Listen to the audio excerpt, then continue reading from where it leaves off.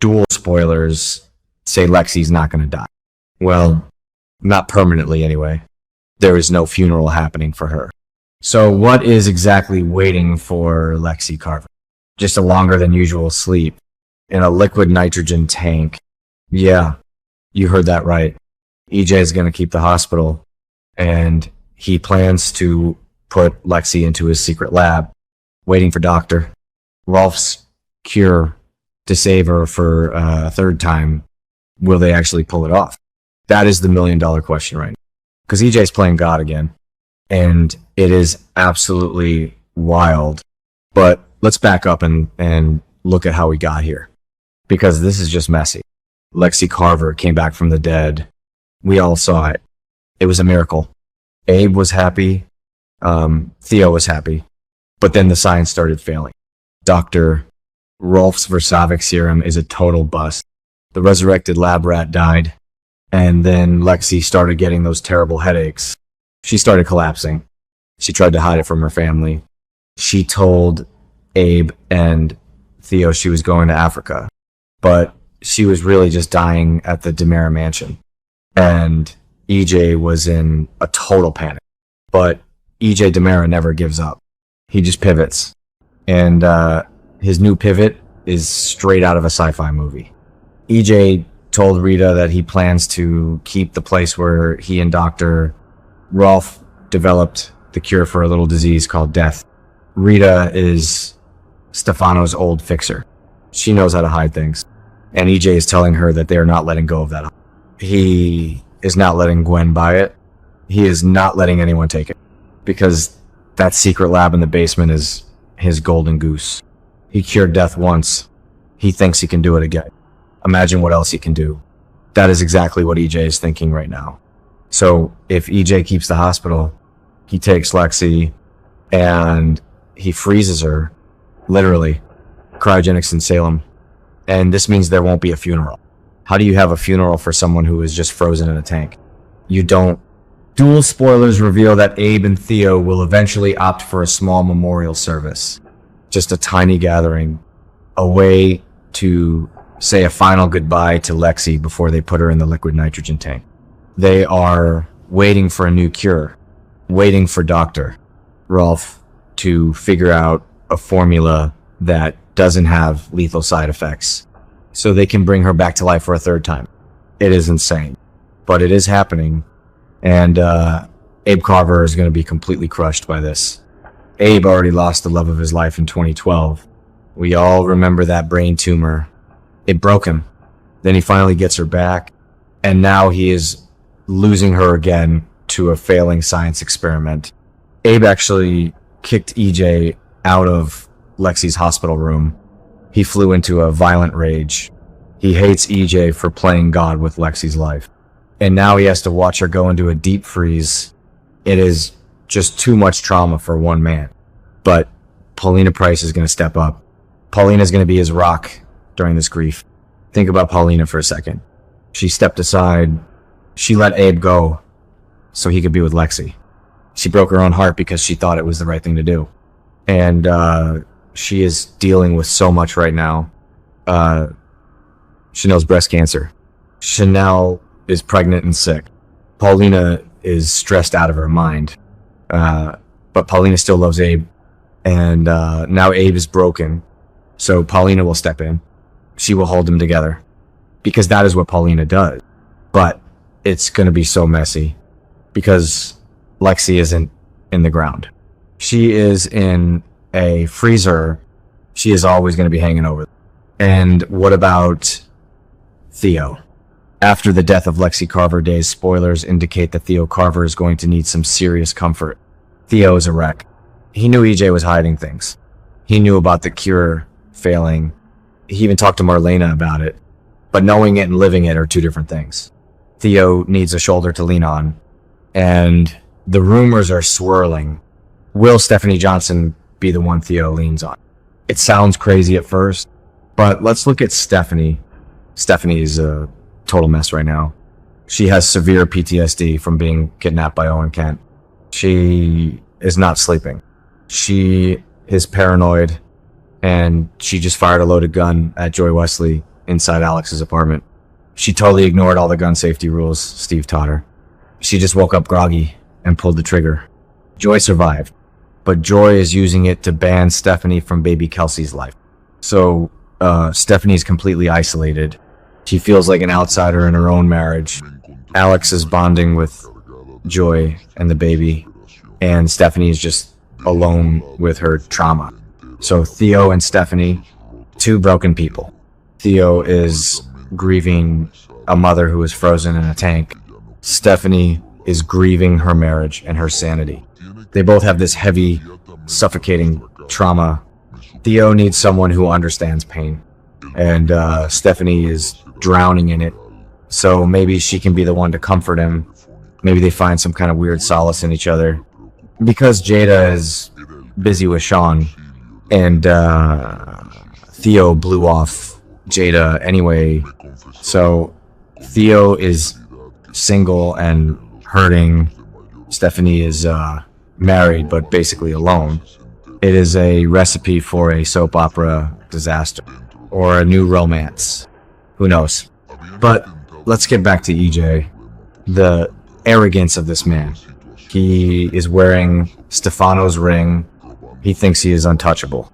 He caused the tainted Coracil drug crisis that killed Sarah's patient. He planted pills on Holly. He is fighting Chad. He is fighting Kristen. He is fighting everybody. But his main obsession is this lab. He is going to put his sister in a liquid nitrogen tank, and he expects everyone to just be okay with it. He expects Abe to just accept it. EJ defends his actions. He says all his sacrifices and medical experiments are for the ultimate good of the DiMera family. He really believes he is the hero of this story. And Dr. Rolf, the mad scientist, he has to go back to the drawing board. He has to figure out why the Versaviks failed. Why did the lab rat die? Why did Lexie collapse? He needs a new formula, a new serum, and EJ will fund it all. EJ will pour millions into this secret hospital lab because EJ feels guilty. He brought her back just to lose her, and he can't handle failure. He just can't. Let's talk about the history of DiMera Resurrection. Stefano DiMera used to do this all the time. He had the Phoenix moniker for a reason. He always came back. He brought Marlena back. He brought Hope back. He played with life and death like it was a game of chess. And now EJ is doing the exact same thing.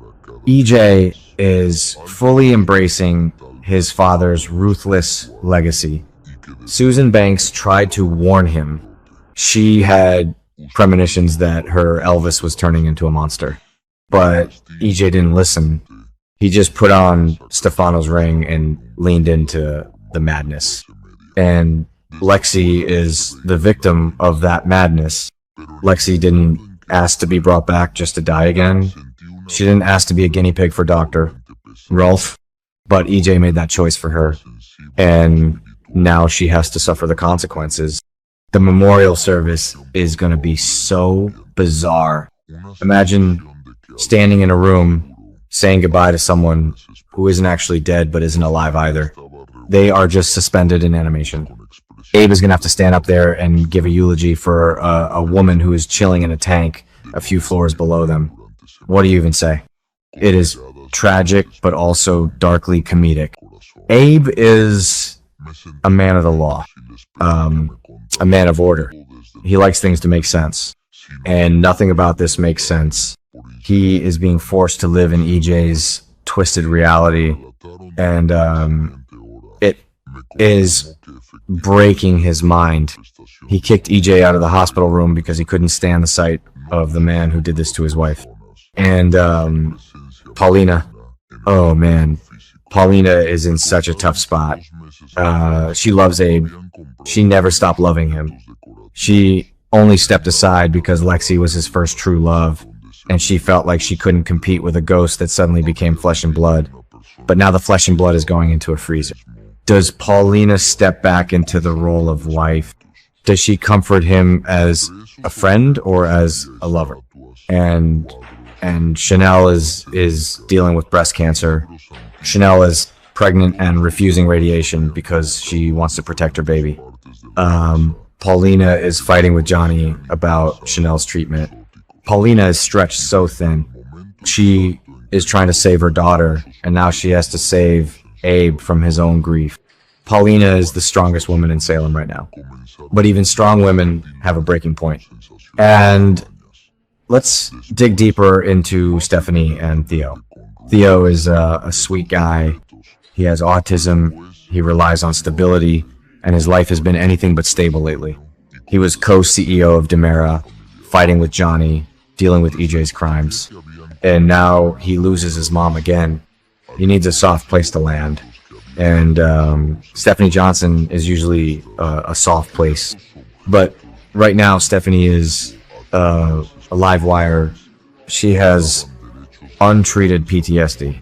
She woke up groggy and fired a gun at Joy Wesley.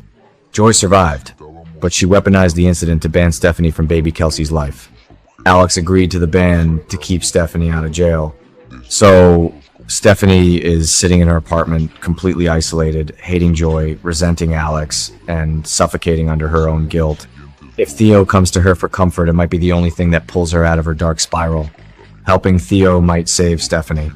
It gives her a purpose. Someone to care for who isn't judging her for pulling a trigger. And we have to talk about the logistics of EJ keeping this hospital. Gwen Rizchek wants to buy University Hospital. She wants to be a power player, but EJ is not going to let that happen. He told Rita that the secret lab is his priority. He needs that space. He needs the equipment. Liquid nitrogen tanks don't just plug into a standard wall out. You need serious infrastructure for cryogenic. EJ is going to have to manipulate the hospital board. He might have to bribe people. He might have to blackmail people. But he will do it because he is EJ DiMera. And he refuses to lose. So we are looking at a future where Lexie is a popsicle in the basement of University Hospital. No funeral, just a memorial, a lot of tears, Abe leaning on Paulina, Theo leaning on Stephanie, EJ plotting with Rita, and Dr. Rolf mixing chemicals in the dark. It is the most Days of Our Lives storyline ever, and I am here for it, even if it is completely unhinged. But honestly, how long can they keep her in that tank? Months? Years?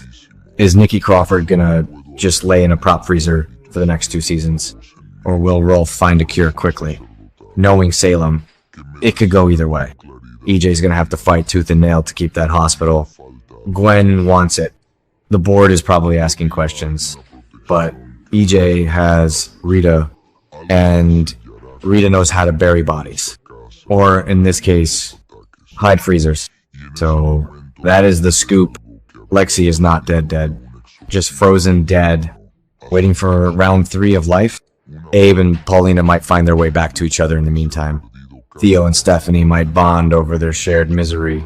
And EJ will continue to be the absolute worst. But we love to watch him